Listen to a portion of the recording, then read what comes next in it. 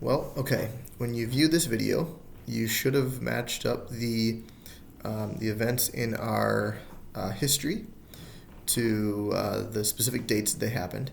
And so hopefully that's kind of starting to ring a bell a little bit, brushing some dust off those things that you studied probably all the way back in eighth grade. So let me just kind of give you a quick idea of why I had you look at those events and then the Declaration of Independence. So first thing to realize, hopefully you saw after the primary source, that Thomas Jefferson got a lot of his ideas. In fact, he almost plagiarized from John Locke. And John Locke was an English philosopher from about 100 to 150 years before Thomas Jefferson wrote the Declaration of Independence. So Locke was from the early 1600s. And Locke's big idea was that there was a social contract, so that if you were a British citizen, as all of the colonists were, that they should have certain rights and privileges that the English government could not take away. And of course, most famously, the right of taxation without representation. Right? So the British government could not tax them without having voting representatives in Parliament that would give their approval.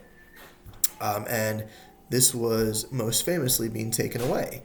And so the colonists protested, of course, through the Boston Tea Party and through other avenues, and nothing really happened. And so as a result, we then got more drastic and we declared our independence, which led to the American Revolution, which we won, and we became an independent country.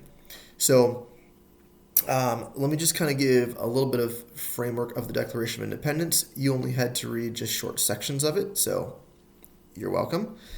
But I do want you to be familiar with kind of the whole document. So if you think of it like a breakup letter, all right? So if you're writing a letter to break up with a significant other, you would hopefully detail out many of the offenses that have happened, right? So issues, arguments, things where you feel the other person has ruined the relationship over.